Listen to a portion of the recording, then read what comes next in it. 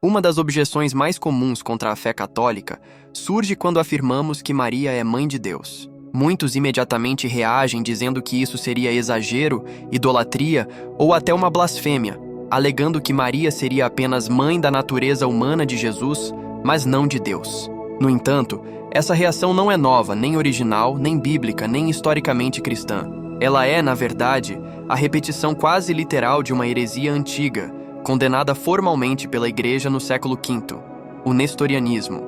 Para compreender por que a Igreja chama Maria de Mãe de Deus, é preciso começar não por Maria, mas por Cristo. O título mariano é, antes de tudo, uma afirmação cristológica. A fé cristã ensina que Jesus Cristo é uma única pessoa, a pessoa divina do Filho Eterno, o Verbo de Deus, que assumiu uma natureza humana verdadeira sem deixar de ser Deus. Não existem dois Cristos nem duas pessoas em Jesus, mas uma só pessoa divina com duas naturezas, divina e humana, inseparáveis. Esse é o coração da fé cristã. É exatamente isso que o Evangelho de Lucas deixa claro desde o início. Em Lucas 1, o anjo Gabriel anuncia a Maria que ela conceberá e dará à luz um filho, e diz explicitamente: ele será grande, será chamado Filho do Altíssimo, e o Senhor Deus lhe dará o trono de Davi, seu pai.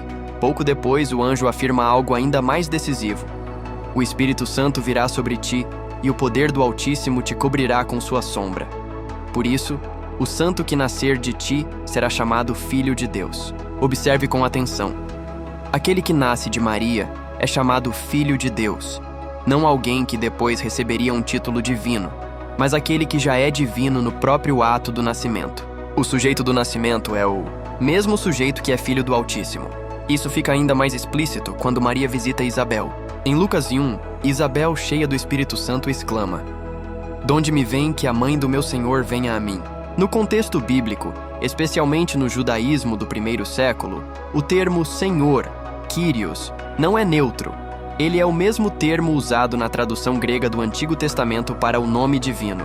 Isabel, inspirada pelo Espírito Santo, não chama Maria de mãe de um profeta, nem de mãe de um ungido qualquer, mas de mãe do meu Senhor. E Lucas 2 continua nessa mesma linha. O menino que nasce em Belém, envolto em faixas e deitado numa manjedoura, é anunciado pelos anjos como o Salvador, que é Cristo, o Senhor. O mesmo sujeito que nasce no tempo é aquele que é Senhor, Salvador e Cristo. Não há separação de sujeitos. Aqui chegamos ao ponto lógico fundamental, que pode ser expresso num silogismo simples, claro e irrefutável. Jesus é Deus. Maria é mãe de Jesus.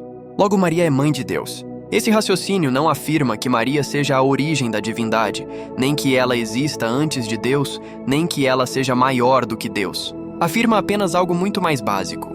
Maternidade se refere à pessoa, não à natureza. Uma mãe não é mãe de uma natureza, mas de uma pessoa concreta. Quando uma mulher dá à luz um filho, ela não é mãe apenas do corpo, mas da pessoa inteira. Nenhuma mãe diz: "Sou mãe apenas da carne, não da pessoa." Separar a maternidade em compartimentos é um erro filosófico e teológico. Foi exatamente esse erro que Nestório cometeu. No século V, Nestório, patriarca de Constantinopla, começou a rejeitar o título Theotokos, Mãe de Deus, preferindo chamar Maria de Christotokos, Mãe de Cristo.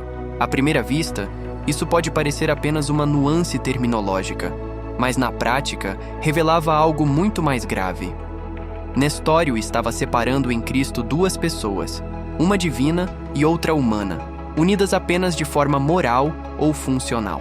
Segundo essa lógica, Maria teria dado à luz apenas ao homem Jesus, enquanto o Verbo divino estaria apenas associado a ele. O problema é que isso destrói a encarnação. Se quem nasce de Maria não é o próprio Filho Eterno de Deus, então Deus não nasceu verdadeiramente, não sofreu verdadeiramente e não nos redimiu verdadeiramente.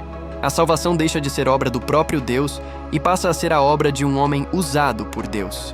Por isso a Igreja reagiu com tanta firmeza. No Concílio de Éfeso, em 431, os bispos proclamaram solenemente que Maria é verdadeiramente Theotokos, Mãe de Deus, precisamente para proteger a verdade sobre Cristo. Não se tratava de exaltar Maria por si mesma, mas de defender a unidade da pessoa de Cristo. Os padres da Igreja já ensinavam isso muito antes do concílio. Santo Inácio de Antioquia, no início do século II, afirma que Jesus Cristo é verdadeiramente Deus e verdadeiramente homem, nascido de Maria segundo a carne. Santo Irineu de Lyon ensina que o Verbo de Deus se fez aquilo que nós somos para nos fazer aquilo que ele é, afirmando claramente que o mesmo sujeito divino assumiu a carne no seio de Maria. São Cirilo de Alexandria, o grande defensor da fé contra Nestório, afirma de modo contundente que aquele que nasceu da Virgem é o próprio Filho eterno do Pai, e que negar isso é dividir Cristo. Portanto, quando alguém diz, Maria não é mãe de Deus, é apenas mãe da natureza humana de Jesus, essa pessoa pode até não se considerar herege, mas repete exatamente o erro de Nestório. Ela separa aquilo que Deus uniu, divide a pessoa de Cristo e, no fim, compromete a própria doutrina da salvação. Chamar Maria de Mãe de Deus não é um acréscimo tardio, não é idolatria, não é exagero devocional. É uma consequência direta, lógica e necessária da fé cristã na encarnação. Negar esse título não é proteger Deus, mas enfraquecer o próprio mistério de Cristo. E, no fundo, toda verdadeira mariologia nasce da cristologia correta. Quanto mais se entende quem é Jesus, mais se entende quem é Maria. E quando se nega a maternidade divina de Maria, o que está em jogo não é Maria, mas o próprio Cristo.